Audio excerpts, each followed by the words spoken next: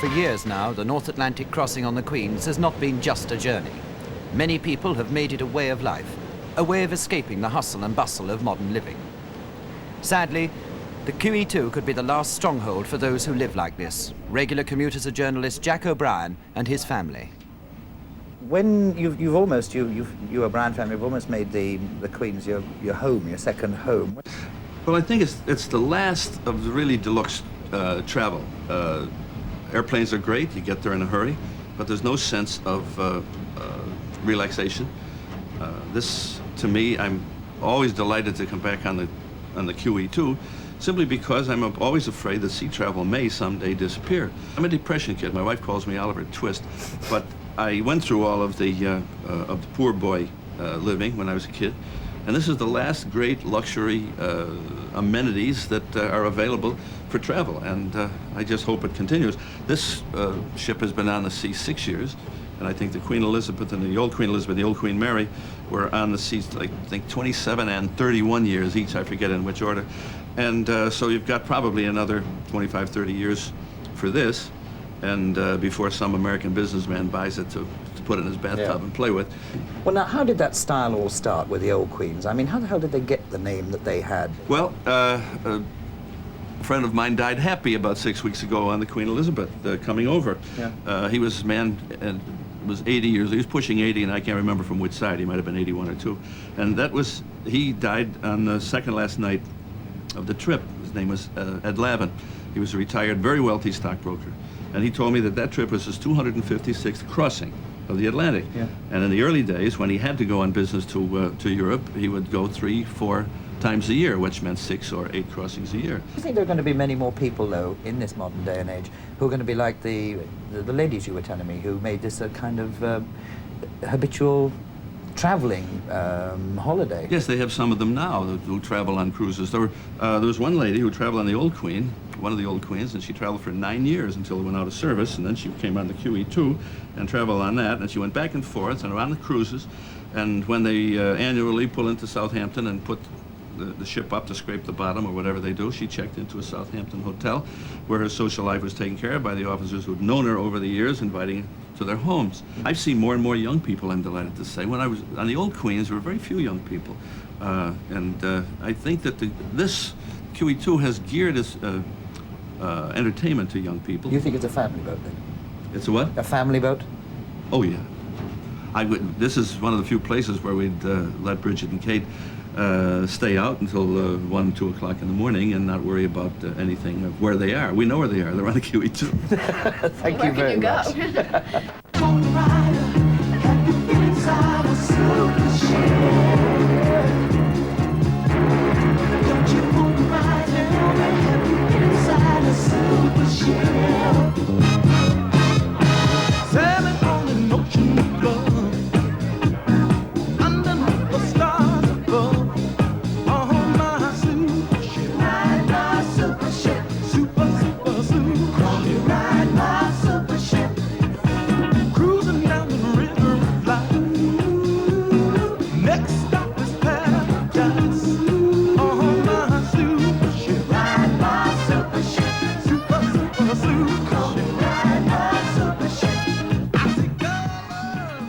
And to make sure that you are entertained, that you do have a good time, the Queen has a large staff of trained experts.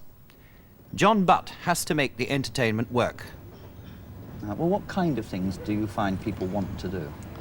Well, very diversified. We're from classical concerts to candlestick making, arts and crafts, recreation things like table tennis, bridge.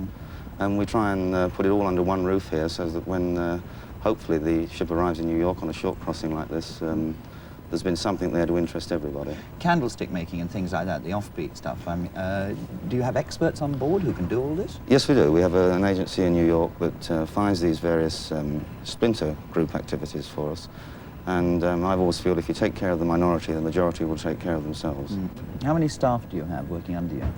Including the musicians, there's about 50. Musicians, cabaret artists, cruise staff, light men and things like that.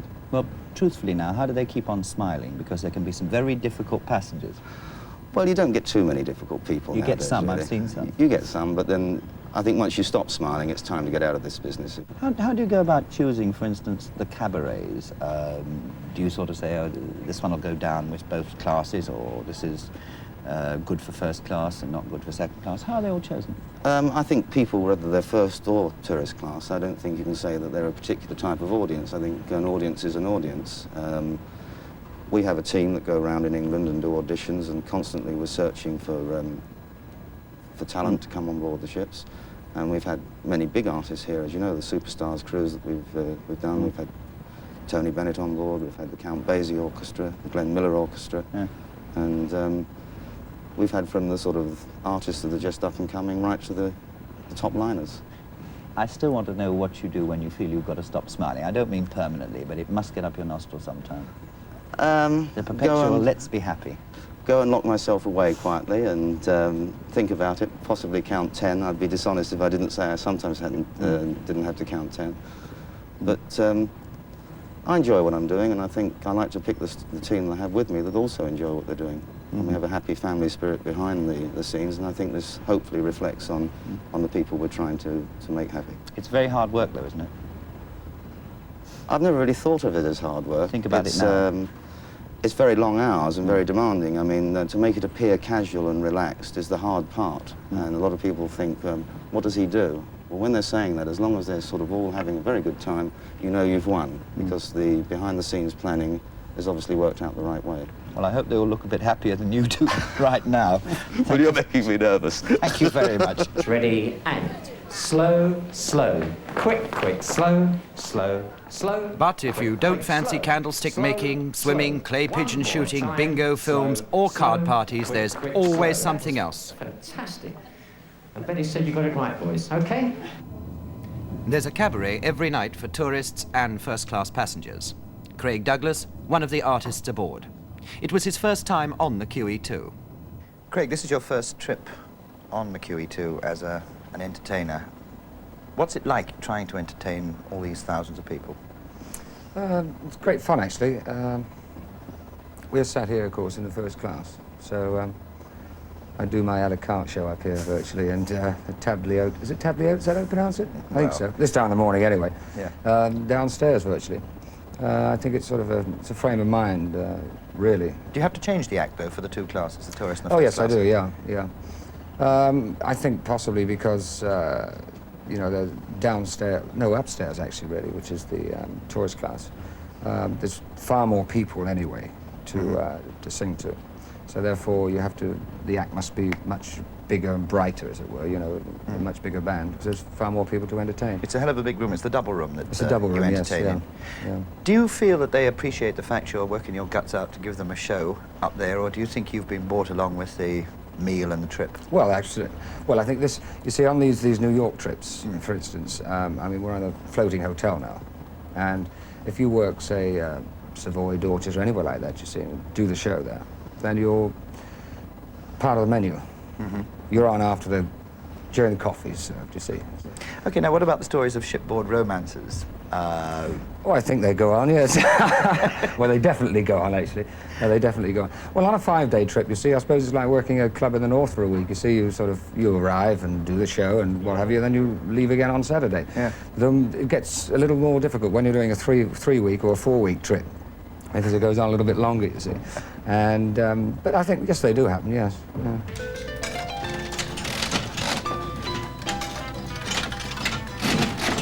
Perhaps, though, the most popular place on board is the casino. Thousands of pounds are won and lost, since you can play the slot machines, roulette, blackjack, and every other conceivable card game every night and most afternoons.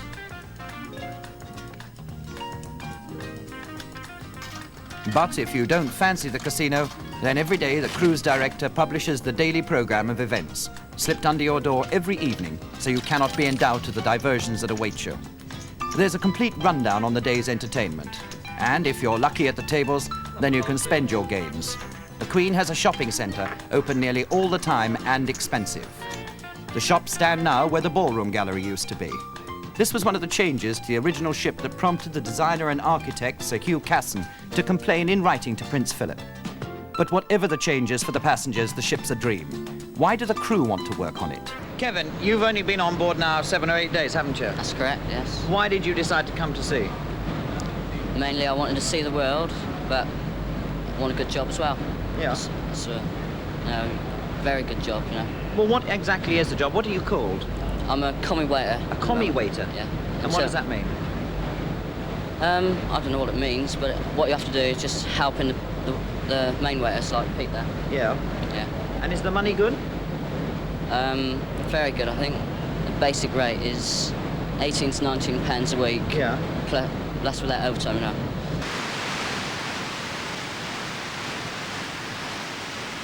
Do you think it's a good life to recommend to any young person nowadays? No, I wouldn't. Why? Well, I think the severances from home, especially if he's a young man, he's got his family at home, I would say no. Are you a family man? I am. Well, then how does your family feel about not seeing you all this time? I've been married about 30 odd years now. Yeah. And my wife's got used to it. She'd have to, wouldn't she? Let me move on now to BERYL. BERYL, you serve in one of the shops. Yes, here. I do.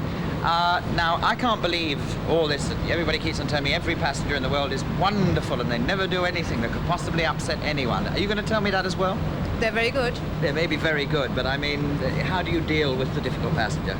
From the very start, you learn to tolerate. That's what they teach us, and smile, and everyone seems all right. There must be something behind that lovely facade, though. I mean, where do you go and let off steam? Do you go down to your cabin and kick the bed to pieces, or what? No, just take a drink. Just take a drink. It's driving you to drink, then? Not really, no. But there's nothing to stop you becoming an alcoholic if you want to. The liquor store is open often, and down nearly every corridor there's a bar. Ron Stammers served before on the Queen Elizabeth and on the Queen Mary. How does he like the QE2? When we came here, we hated this ship. We really did. But then it was us that was wrong. It wasn't the ship, you know. And now we find it has a lot of good things about it. Very, very good. Now, you've been in the bars for a long time, ending up here on the QE2. You've served a lot of people. Have you found that the general kind of person you have on board has changed? Have you found it's changed very much? Yes, I mustn't say holiday camp because that's not quite correct. Yeah. But it could be in the tourist areas, you know, holiday campish. Yeah. Which is what you have to cater for these days if you're going to take people. I mean, we get a lot of children these days, and they are the customers of the future. Yeah. They don't come in here at the moment, do they? No. Well, they do for Cokes and things like that, but they are the customers of the future, aren't they? There are a lot of characters. I mean, we even have a character here this trip. A gentleman that just sits there most of the day and just drinks, goes to bed, drinks, goes to bed. Charming gentleman, but possibly very, very lonely. How do you deal with types who perhaps get stroppy and... You don't have any. It's an amazing thing. We very seldom have any stroppy passengers. What, they're all happy drunks on the QE2? Well, I don't know whether they're all happy, but I don't know. We don't seem to have any... Yeah. You know, they don't want to... No violence, nothing like that. No. The super elite travel in the penthouse suites, and they can cost over £3,000 for the crossing. Why do people pay hundreds of pounds to travel in an atmosphere furnished, according to one American designer, as Louis the Who? Mr. and Mrs. Harding Lawrence. I thought it'd be a great adventure to see what it would be like to be just pampered for 4 days, you know, to have somebody just running around doing little things for you all the time. And that's exactly what it's been. It's been like being spoiled rotten, you know, just we've been pampered to death, and it's just very nice. Don't you feel a bit of a traitor, though, to your own airline and to your own form of business? Oh, of course not. The steamships and the airlines work very closely together. It's a very big business now, and tourism. It's a very important part of our total business now, the cooperative effort between the steamships and the airlines. But in fact, the death of the Queen Elizabeth, the first big boat, and the Queen Mary are often attributed, really, to the aeroplane coming in. Do you think there's a future for a liner like this? I think there is, and the cruises. I'd question the longevity with respect to specific runs, like on the North Atlantic. What concerns me most is the operating costs and their ability to continue it on an economic basis. How do you see the future, Phil, of a ship like this? Because with the unions getting tougher and demanding, quite rightly probably, good pay, conditions and everything like that, how do you see the future of a ship like this? Is it going to keep on running? The future of a passenger ship, I think, is on the decline, definitely. Yeah. Because since the jet planes have taken over, yeah, the passenger numbers on ships has declined without a doubt. For the last 2 years, there has been no redundancies. We've got to be fair in this respect. Not since just before the Israeli cruises there have been any redundancies to any degree, and now the chop has got to come. There's no doubt about that. The company's not a benevolent society, unfortunately. 80% of the trade is American, and like us, they're feeling the money pinch. The fuel bill alone is now over £3 million annually. It costs about £18 million a year to keep her afloat, and there's no government subsidy to help out. That's a double measure, that. Thank you. Thanks very much. Allan, how long can the QE2 survive with rising costs if they go on rising as they have been in Britain in this last year? Well, this is a very big problem. We're very concerned about it. We would like the QE2 to go on for many more years, but it's becoming increasingly difficult to make a viable proposition out of this operation. What have been the main things that have put the cost up? Fuel, specifically, is the single item which has gone up the most. The National Union of Seamen have been awarded a very large pay increase as from July the 1st, and we now have to find ways of finding the money to meet the payroll bill as well as the increased fuel bill. Yeah, what, roughly, can you tell me what have been the increases? What have you had to budget for as an increase for next year? Well, in the question of payroll alone for this ship, it's in excess of £1.5 million additional as from July the 1st this year. So now it's a question of how many more drinks I can serve or how much more we can put the fares up to cover that increase in payroll. Will fares go up? I suppose they'll have to. Inevitably, fares will have to go up some, but how much further can one put it up every year? How long can the ship remain our British prestige symbol? We would like it to remain our British prestige symbol for a long time. That's a very difficult question. I don't know the answer. The Queen is the largest luxury liner left in the world. There will never be another like her.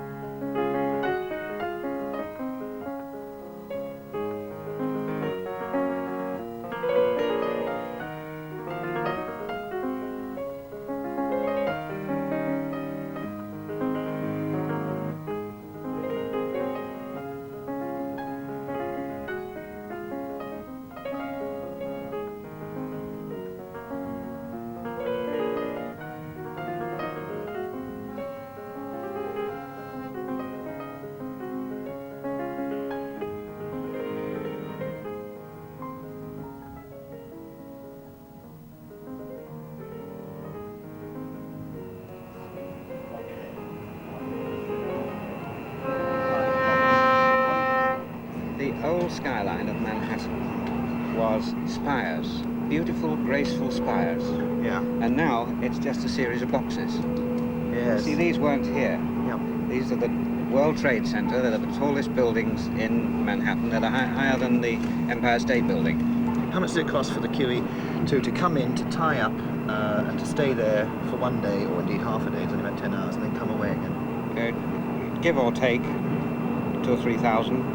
I would say $60,000. This is port charges, pilotage, tugs, and of course the charges for these piers that we use. It's quite phenomenal. There are lots of ways to spend 4 days that would be very pleasant, but it's an adventure. It's different, you know. It's a great special treat. It'll be a great memory. This is one of the few places where you can really relax and live a way of life which probably will not last much longer. You're not forced to do anything. You're not forced to go up to dinner or forced to go up to breakfast at all. And you could just stay in your room and read and just have a good time relaxing. I think it's a magnificent ship. I've been on other liners as well, and I don't think there's one to touch it in the world.